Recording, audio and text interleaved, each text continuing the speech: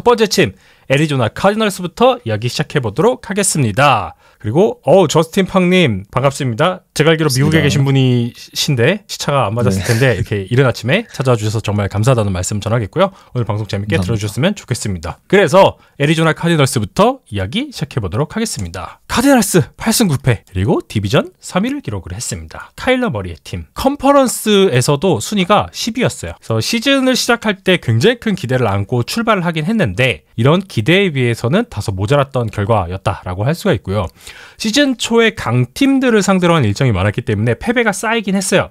하지만 디비전 라이벌 팀 두 팀을 모두 잡아낸 데다 바이웨이크 직전까지 내리 4연승을 달리면서 디비전 선두까지 올라섰죠. 그러면서 시즌 중반에 기대를 또 엄청나게 받았습니다. 하지만 디비전 라이벌 팀에게 강하게 발목이 잡히면서 연패에 빠졌는데 그 팀이 바로 시애틀 시옥스였어요. 두 경기를 다 졌어요. 홈과 원정에서. 그러면서 연패에 빠지게 됐고요. 12주차, 14주차 홈 원정에서 모두 패배하면서 결국 6승 4패 성적이 6승 7패가 됐습니다. 그리고 나머지 4경기에서는 2승 2패를 거두면서 시즌을 마무리했죠.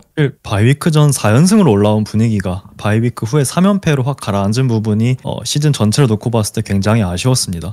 전반적으로 빌스, 라이온스, 커맨더스, 패커스, 바이킹스, 시옥스, 램스 기본적으로 체급이 높은 팀들에게 전부 패배하면서 아직 로스터 파워가 전반적으로 힘이 약한 것이 느껴졌던 그런 시즌이었어요. 그럼에도 작년에 비해 4승을 더하면서 어쨌든 조나단 개넌, 드루 패칭 시스템이 잘 작동하고 있음을 보여줬던 시즌이 아니었나 싶습니다. 결과가 많이 아쉽긴 하다만 그래도 저는 희망을 많이 본 시즌이었다라고 생각을 하고 있어요. 특히 조나단 개넌의 팀이 만들어지고 있다는 게 확실히 보였거든요. 2년차를 마무리한 프런트 오피스의 팀 정체성도 확실해지고 있고 전략적인 리빌딩 그리고 신예들에 대한 기용도 많았고 이것은 성공적이었죠. 그리고 에디님께서 짚어주신 것처럼 시즌 막판에는 뎁스의 한계가 분명히 드러났습니다. 그리고 컨디션 하락 역시도 극복을 제대로 하지 못한 부분이 아쉬웠지만 전체적인 팀 컬러의 변환 그리고 전력이 상승되는 그 기미가 좀 보여서 희망을 이어나갈 수 있는 2025 시즌이 되지 않을까라는 생각이 들고 있습니다. 그리고 오펜시브 라인, 이 주전 오펜시브 플레이어들의 약진 역시도 긍정적인 신호라는 생각이 들고 있고요. 카일러 머리 역시도 저희는 굉장히 좋아하지만 한국에 있는 팬들과 인연이 많지만 많은 물음표가 붙어 있었던 선수인 것은 부정할 수 없죠. 그러나 이번 시즌은 상대적으로 건강하게 전체 시즌을 소화를 하면서 비판을 잠재우는 데 성공을 했습니다. 17경기 모두 출전했고요.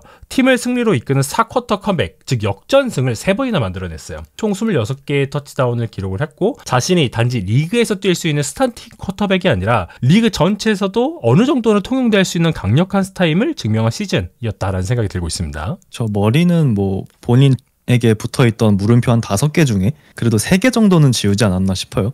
그럼에도 정말 다시 한번 일관성 문제를 또 노출하면서 시즌 후반부에도 무너지고 말았습니다. 첫 10경기에 12개의 터치다운, 3개 인터셉션, 패서 레이팅 100.8을 기록했지만 바이위크 이후에 6경기에서 5개의 터치다운, 8개의 인터셉션, 패서 레이팅 79.5를 기록하면서 후반에 조금 부진한 모습을 보여줬죠. 해당 기간 동안 팀은 또 1승 5패로 굉장히 아쉬운 모습을 보였고 사실 단순히 시즌 전반과 후반부를 나눠서도 문제였지만 시즌 전체적으로 봤을 때 특정 경기에서 패스 정확도가 심각하게 무너진다거나 프로그레션 과정에서 볼을 너무 오래 갖고 있다거나 결정을 못 내린다거나 경기마다의 기복도 좀 굉장히 심했습니다. 어쨌든 본인에게 붙은 여러 가지 물음표 중에 그래도 절반 이상은 떼냈다. 그런 시즌이었다라고 정리하고 싶습니다. 정말 잘한 경기를 보고 싶으면 뉴욕 제츠와의 경기를 보시면 되고 정말 못한 경기를 보고 싶으면 시애틀과의 경기를 보시면 됩니다. 이렇게 정리를 하겠고요. 2024 시즌 이제 오펜스부터 좀 점검을 해보면 좋을 것 같은데 런 중심이었던 지난해에 이어서 하이볼륨 러싱을 그대로 가져왔고 동시에 루키 리시버 마빈 해리슨 주니어를 중심으로 버티컬한 패싱 오펜스를 강화하려고 했어요. 그리고 타이트엔드 트레이 맥브라이드의 조합을 통해서 머리에 고질적인 약점이었던 미들존 공격 강화에 성공하긴 했습니다. 하지만 마빈 해리슨 주니어가 완벽한 시즌을 보이지 못했죠. 더 스텝업이 많이 필요한 상황이라고 할 수가 있겠습니다. 런에서는 대부분 러닝백인 제임스 코너가 러싱을 담당했지만 루키인 트레이 벤슨 그리고 마이클 카터가 백업으로 기용이 되면서 코너의 신체적인 피로도를 분산하는 역할을 했습니다. 여기에는 오라인의 개선이 지대한 영향을 끼쳤다라는 판단이 들고 있는데 주전 라이트 가드 라이트 태클의 부상에도 불구하고 백업 라인맨들이 그래도 인상적인 활약을 펼친 부분이 참 좋았다라고 판단이 되고 있어요. 심지어 머리가 딱 30번만 색을 당했거든요. 그래서 23시즌 리그 최하위권 퍼포먼스를 보여주는 오펜시브 라인이 24시즌 리그 최고라고는 할 수 없지만 그래도 중위권까지는 올라갔다라는 생각이 들고 있어요. 특히 포지션을 변경한 페레스 존슨 주니어와 같은 이런 젊은 선수들, 여기에 윌리엄스라거나 프로홀트 같은 베테랑의 조화가 참 잘 이루어졌다라는 생각이 들고 있습니다. 지속적인 부상 그리고 주전의 부재로 인한 여러 라인업의 조합이 만들어졌거든요. 그럼에도 불구하고 운영이 성공적으로 이루어졌고요. 이것은 전적으로 코치진의 역할이 컸다라고 저는 평가를 내리고 있습니다. 결과적으로 런 상황에서 파워 그리고 갭 블로킹 능력이 참 좋았다는 생각이 들고 있고요. 상황에 따른 신속한 템포 조정 역시도 굉장히 훌륭했습니다. 그리고 추가적으로 다양한 블록 컨셉을 상황에 맞춰서 잘 적용한 부분이 강점이었다라는 판단이 들고 있어요. 그러면서 패스 블로킹 효율 역시도 리그 4위 수준까지 올라갔거든요. 그래서 이 부분은 참 좋았다라고 평가를 할 수 있겠지만 시즌을 통틀어서 동일한 오펜시브 라인 5명의 조합이 20% 미만이었다.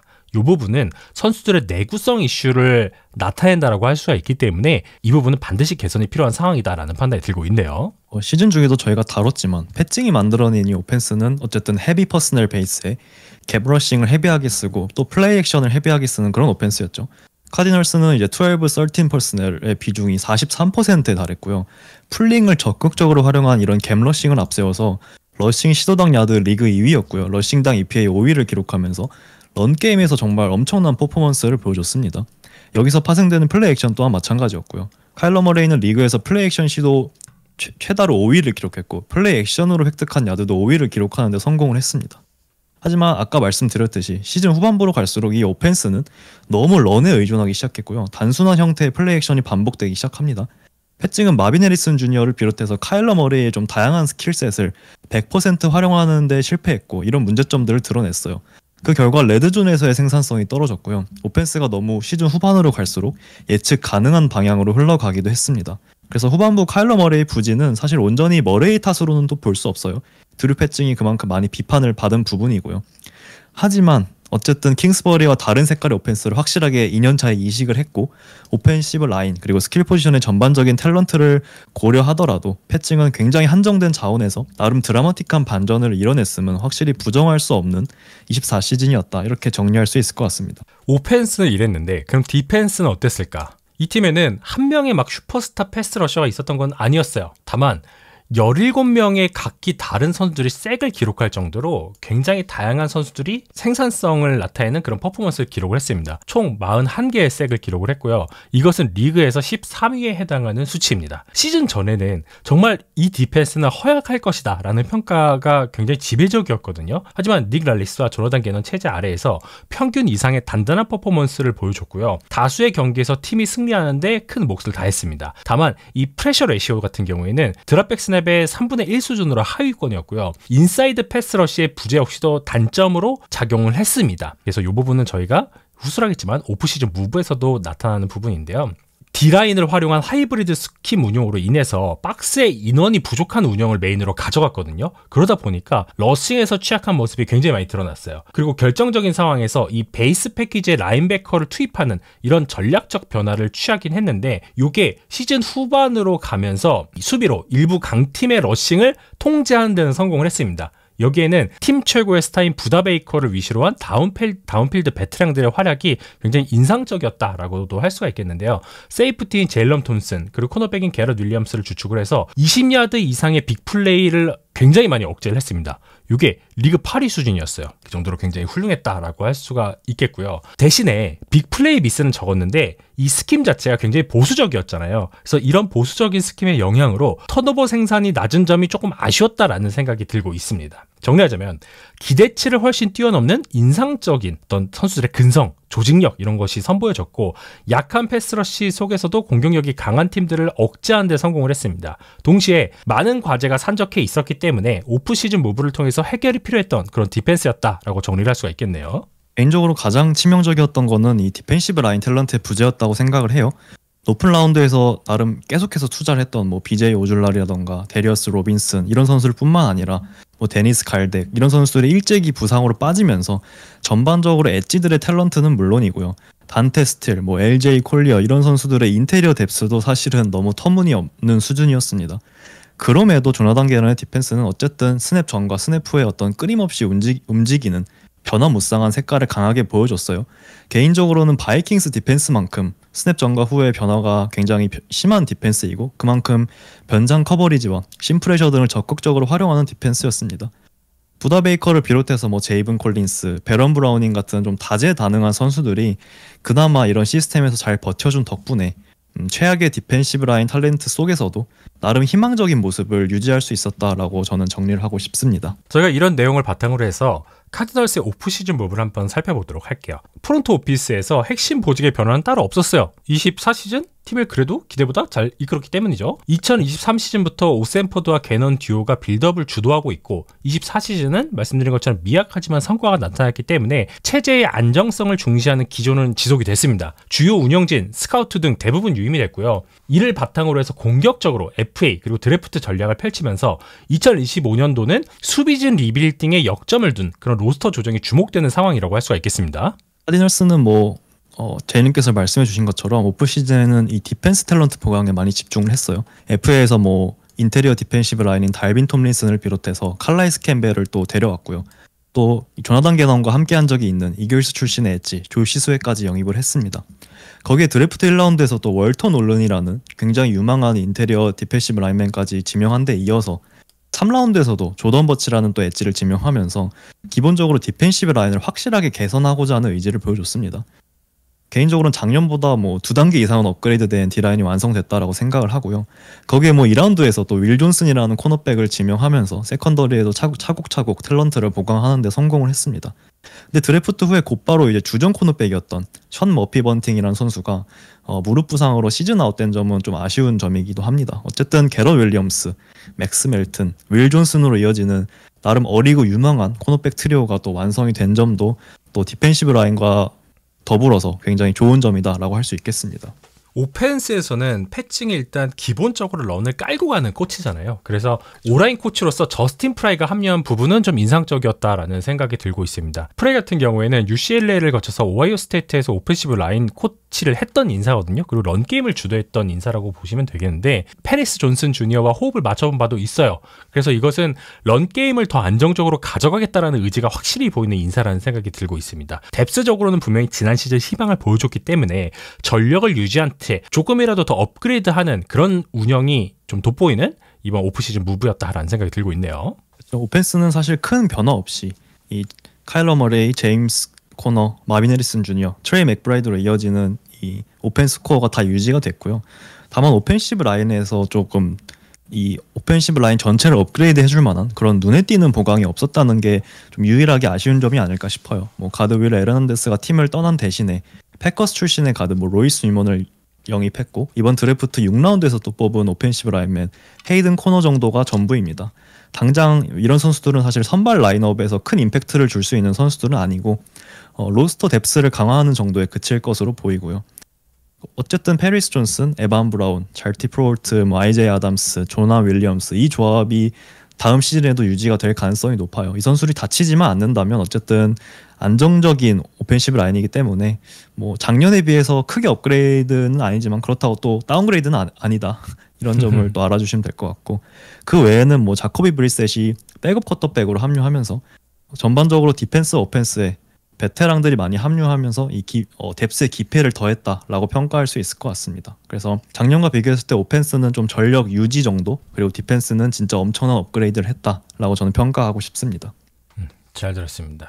자, 그래서 2025 시즌은 어떤 부분을 주목해서 보면 좋을까? 일단 오펜스 쪽에서 드루 패칭의 오펜스는 과연 알을 깰 수 있을까라는 부분에 대해서 이야기를 해보면 좋을 것 같습니다. 더 이상 희망만으로는 부족하죠. 3년차에 들어가기 때문에 명확한 결과물이 나와야 합니다. 그래서 패칭 입장에서도 커리어의 분수령이라고 할 수가 있겠는데요. 패칭은 본인이 직접 이번 오프시즌에 있었던 미디어데이에서 플레이 콜 그리고 결정적인 순간에 콜링 완성도를 끌어올리는 것이 최우선임을 본인이 직접 강조를 했습니다. 이전 시즌에 EPA가 리그 21위였는데 지난 시즌 10위까지 끌어올린 부분은 분명히 눈에 띄죠. 여기에는 야데부터 캐치를 활용을 하고 타이트엔드도 적극적으로 활용을 하고 런 패스의 어떤 밸런스 요걸 통해서 진일보한 평가를 받은 것은 분명한데, 하지만 마지막에 한 끗이 모자란 그런 부분들이 좀 많이 아쉬웠죠. 특히 시즌 후반에 너무 이게 자주 포착이 됐습니다. 결국 스킴의 고도와 함께 플레이메이킹을 극대화할 필요가 있다고 느껴지는데, 쉽게 말하면 뭐 지나치게 스크린이나 런에 의존하면서 이 하이리스크 형태의 썰다운 또는 포스다운 플레이 설계를 하는데 한계가 있었다. 그래서 이것을 보완해야 한다라는 뜻으로 받아들여주시면 좋을 것 같습니다. 다행히 캠프에서는 이러한 부분들에 대해서 분명히 의식을 했는지 훈련 중에 빅플레이 세트라거나 적극적인 딥볼 시대가 확대가 되고 있다는 소식이 들려오고 있거든요. 그래서 과연 이것을 다가오는 시즌에 필드에서 제대로 구현할 수 있을지 지켜보시면 좋을 것 같아요. 제이님께서 말씀해 주셨듯이 어쨌든 후반에 드루 패칭의 오펜스는 조금 아쉬웠죠. 보수적인 플레이 콜링도 그랬고요. 예측 가능한 플레이 디자인 뭐 이런 모든 것들이 좀 합쳐지면서 오펜스 퍼포먼스가 떨어지는 결과로 이어졌습니다. 개인적으로는 특히 좀 딥다운 필드를 공략할 수 있는 주요한 플랜들이 거의 없었다라고 보고요. 이는 디펜스로 하여금 어떤 효과를 일으켰냐, 결국 상대에게 박스를 채우도록 하는 결과로 이어집니다. 딥다운 필드를 전혀 좀 공략을 하지 못하고 상대에게 위협이 되지 않다 보니까 상대는 카디널스의 주요한 공격 옵션인 러싱을 막는 데 많이 치중을 했던 것 같아요. 후반으로 갈수록 칼러 머리의 패스 시도 횟수 자체도, 이것도 에어야드가 20야드가 넘어가는 순간 시도 자체도 굉장히 급격하게 낮아지고요. 카디널스의 러닝백 제임스 코너는 전체 러싱 시도의 26.3%를 박스 내 8명 이상의 디펜더를 상대해야 했습니다. 이 정도 수치 26.3%라는 수치는 주전 러닝백 중에 3위일 정도로 굉장히 높은 수치고요. 그만큼 상대 디펜스에게 이 딥패스에 대한 좀 위협을 전혀 주지 못했다는 뜻이기도 합니다.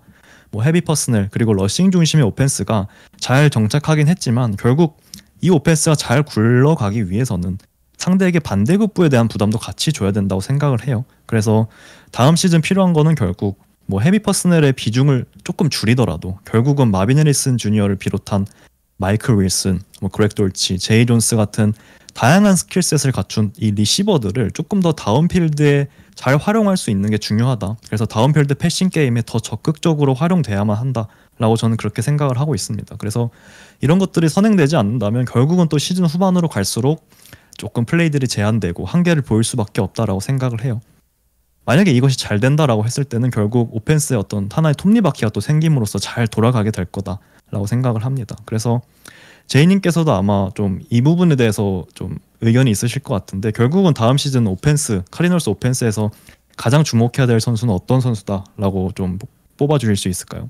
채팅창에서도 이미 말씀해 주시는 분들이 계실 것 같은데 당연히 마빈 해리슨 주니어라고 생각이 되고 있습니다. 그쵸. 제 분석이나 에디님 분석에서 공통되는 부분이 결국 다운필드에서 이루어지는 큰 한방, 이걸 통한 공략이잖아요. 여기에 주인공은 당연히 마빈 해리슨 주니어가 될 수밖에 없고 그래야만 합니다. 그걸 기대하고 뽑았으니까요. 그리고 지금 마빈 해리슨 주니어 같은 경우에는 지난 시즌과 다르게 굉장히 크게 벌크업한 모습을 보여주고 있죠. 팔뚝이 그냥 거의 1.5배가 됐어요. 그 정도로 이제 경합 상황에서도 확실하게 공을 받을 수 있는 선행 조건을 갖추고 있는 상황이기 때문에 기대를 많이 받고 있다라고 할 수가 있고요. 이 아버지부터 이어지는 레전드 와이드 리시버 계보, 요것을 잇는 퍼포먼스를 소포머 시즌에는 반드시 보여줄 필요가 있고 그것을 기대할 수 있을 것이다 라는 생각이 들고 있네요. 그래서 오펜스는 이렇게 살펴봤고, 다음으로 집중해보면 좋을 포인트는 바로 카디널스의 디펜시브 라인입니다. 가장 큰 약점이 최고의 강점으로 올라갈 수 있을 것인지를 증명할 수 있는 그런 시즌이 될 것이다 라는 생각이 들고 있는데, 이 카디널스 D라인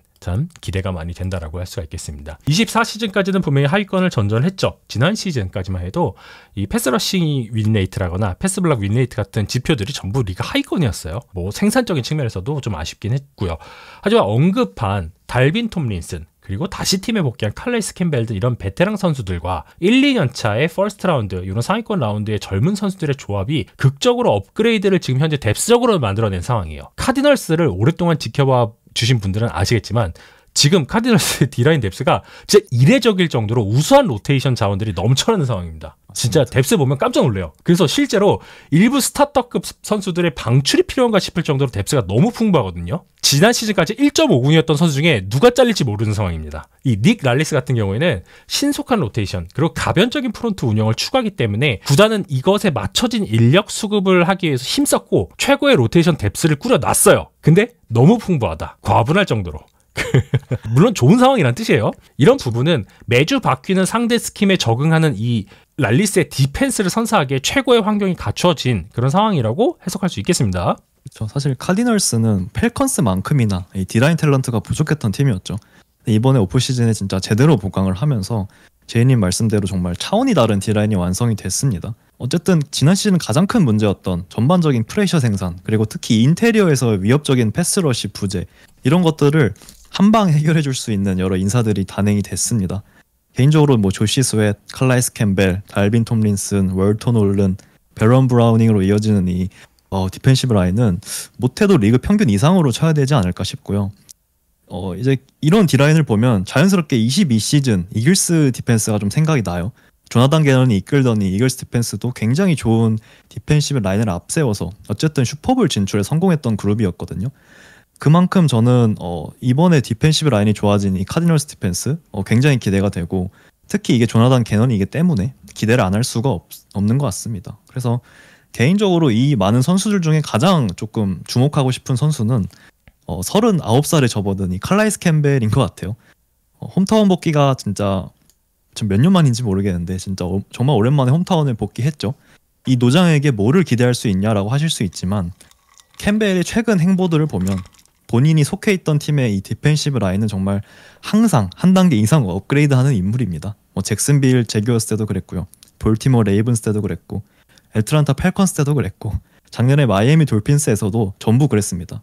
어떤 팀을 가건 칼라이스 캠벨이 가면 이 D라인이 한 단계 업그레이드되는 그런 효과를 가져다 줬고 항상 뭐 프레셔 생산율, 런스타 비율 이런 것들을 도표를 다 측정을 해보면 결국 최상단의 위치에 있는 선수는 항상 칼라이스 캠벨이었어요. 그래서 사실 나이보다는 이 선수가 갖고 있는 경험, 테크닉, 그리고 피지컬 이런 것들로 항상 상대에게 높은 확률로 이겨내는 선수이기 때문에 지금 카디널스에게 정말 필요한 존재가 아닌가 싶고요. 굉장히 기대가 되는 선수이고 이 칼라이스 캠벨로 인해서 카디널스 디펜시브 라인 굉장히 기대가 된다라고 저도 생각을 하고 있습니다. 잘 들었습니다. 캠벨 같은 경우에는 목소리가 굉장히 특이하시잖아요. 굉장히 허스키하고 걸걸하신데 앞에서 그런 목소리와 덩치로 트래시 토크 하신다면 상대하는 라인 입장에서는 굉장히 버겁지 않을까라는 생각이 또 들고 있네요. 네, 농담이었고요. 에드님이 안 받아주시네. 자, LA 램스로 넘어가 보도록 하겠습니다.